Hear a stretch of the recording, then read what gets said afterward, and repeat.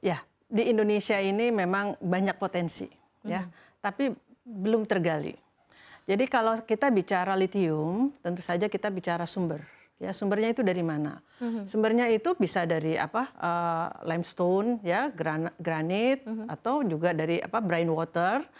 Tapi juga kemungkinan itu ada di Lapindo. Ya, kita bicara yang di Lapindo ini memang sudah dilakukan penelitian, tapi hanya penelitian awal. Ya, oleh rekan kami dari ITS ada ya Dr. Lukman, dia juga sudah melakukan penelitian juga kemarin ISDM. Kalau kita melihat kandungannya ya yang hanya 90 sampai 200 ppm. Pertanyaan kami, mungkin itu harus perlu ada studi lanjut. Yang pertama, apakah pada penelitian tersebut sudah dilihat perataannya? Di semua area, kan Lapindo itu cukup luas. Luas banget, iya. Apakah itu hanya di satu tempat saja? Kemudian di dalam penelitian ini tidak bisa sekali meneliti langsung kita membuat kesimpulan. Ya ada litium, nggak bisa seperti itu. Tidak bisa seperti itu. Ya, jadi saya harus melihat dari sisi suatu penelitian itu perlu waktu. Ya, yang pertama mungkin saran saya kalau Indonesia memang serius untuk mengkaji itu masih ada tahapan. Ya, yang pertama tadi kita lihat perataannya dari apakah di semua sumbernya ada. Yang kedua, apakah memang kandungannya ada seperti itu atau kurang atau mungkin lebih? Ya itu kita belum tahu. Ya kalau di bahasa kita peneliti itu lebih harus 100 sampel itu minimum kita dapat. Ya kemudian apakah reproducibility-nya, keberulangannya. Ya nah setelah itu mungkin kita baru tahap selanjutnya.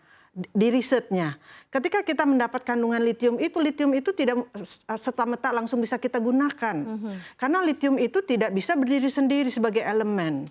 Ya, dia itu bentuknya di dalam komposit ya, mungkin. Nah, kemudian kita harus memprosesnya litium tersebut, perlu ada riset lagi ya. Setelah itu diproses sampai menjadi mungkin litium karbonat ya, salt. Nah, itu satu proses yang mungkin panjang. Ya, kemudian litium karbonat ya seandainya itu bisa dihasilkan berapa persen impuritasnya, impurity-nya. Karena di Lapindo ini banyak impurity yang lainnya yang kita harus juga kita tidak bisa di dalam baterai itu harus tinggi grade-nya ya. Nah, karakter apa sih yang biasanya kita lihat bahwa oh di sini ada potensial, oh di sini ada kandungannya. Biasa dari para peneliti melihatnya seperti apa sih sebelum kemudian melakukan eksplorasi lebih lanjut, Bu Evi? Jadi memang tadi seperti saya sampaikan ya, karakternya itu mungkin dengan penelitian atau hanya sekali dua kali penelitian menurut saya ya, ini saya berpendapat kita tidak bisa langsung menyimpulkan seperti itu. Karena ini nanti akan jadi misleading ya. Tapi yang kita harus lakukan tadi, kita betul-betul kita fokus ya. Kita fokus melalui perencanaan yang matang ya. Jadi kalau memang Lapindo itu menjadi satu target, mungkin sumber ya, kita harus melakukan tadi penelitian yang pertama dilihat sampelnya yang cukup banyak, mewakili keseluruhan tempatnya, kemudian kandungannya, kemudian ada proses tadi ekstraksi, pemurniannya berikutnya ya. Kemudian sampai tadi harus dites juga apakah memang bisa digunakan untuk menjadi baterai tadi digabungkan. Jadi ini satu proses yang memang harus kita lakukan. Berapa lama kalau hitungan waktu dari mulai ditemukannya sebuah potensi kemudian sampai ke proses penambangan gitu ya, kalau memang ternyata terbukti kandungannya bisa ditambang? Bu Evi? Jadi gini, it takes years ya, nggak bisa 1 tahun, 2 tahun, mungkin 3 sampai 5 tahun. Karena kenapa? Setelah tadi kita mengetahui bahwa ada potensi, yang kedua itu kita harus mengkaji secara ekonomiknya. Ya, kalau investor itu kan lihat visibility study-nya bagaimana, ya, karena itu pasti tentu saja itu akan mempunyai investasi yang cukup besar, ya. Nah, tapi kalau secara economic study-nya misalnya tadi cukup besar kemungkinannya, lalu kandungannya memang merata ada, itu mungkin berapa banyak bisa digunakan berapa tahun, betul ya. Jadi kalau yang ada di tempat lain itu yang dari brine water itu sekitar 600 ppm ya sampai 1000. Nah, siapa tahu ini bisa. Jadi kita harus menyelidiki itu, kita perlu waktu ya sampai kita tadi visibility-nya baru kita meyakinkan bahwa it's ready to be mined gitu ya untuk digali. digali itu adalah tahapan yang menurut saya kita harus reliable, realistis gitu.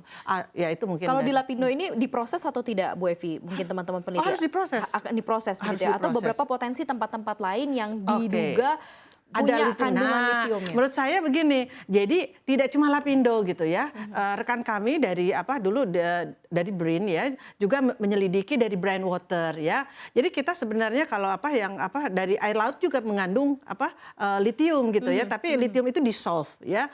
Jadi bagaimana kita nanti melakukan misalnya sistem itu yang seperti di Chili itu ya, ada dievaporasi ya. Jadi ada pond banyak itu, kemudian itu dievaporasi jadi kayak kita buat garam itu loh ya. Nah, kemudian dia masih mengandung magnesium, ada potasium, ada yang lainnya, tapi bagaimana kemudian itu dicampur dengan biasanya dengan karbonat ya. Jadi unsur tersebut jadi si litiumnya mengikat lithium salt dari karbonat. Jadi itu salah satu ya. Jadi ini juga potensi ya, perlu perlu dilakukan. Kemudian juga dari geothermal juga ya. Kita kan banyak nih air yang kita dari sumber air panas dari gunung tuh ya. Itu juga bisa menjadi sumber dari litium ya.